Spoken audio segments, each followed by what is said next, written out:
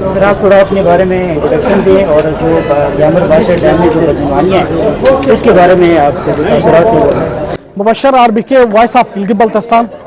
गिलगित-बल्तिस्तान द्यामर से मेरा ताल्लुक़ है और आज का जो हमने प्रेस कॉन्फ्रेंस की है वो द्यामर बादशाह डैम में होने वाली जुल्म ज़्यादती जबर के ऊपर हमारी प्रेस कॉन्फ्रेंस थी अवाम द्यामर के ऊपर। और एक तो ये डैम मुल्क की वसी मफादात को बढ़ने के लिए नहायत ज़रूरी है और अवाम द्यामर ने इस खातिर कुर्बानियाँ भी दिया है। इसके बावजूद वहाँ मौजूद ब्यूरोक्रेट्स जो है और सियासतदान जो हैं वो उस डैम से सिर्फ करप्शन, लूट मार और अपनी ज़ाती जायदाद बना देते हैं। जिस लेवल पे ये लोग चल रहे हैं इस लेवल से नहीं लगता कि वो लोग वहाँ पर ये डैम बना पाएंगे और ये जिस तरह लूट रहे हैं उस मुझे बिल्कुल यकीन नहीं कि ये डैम बनेगा।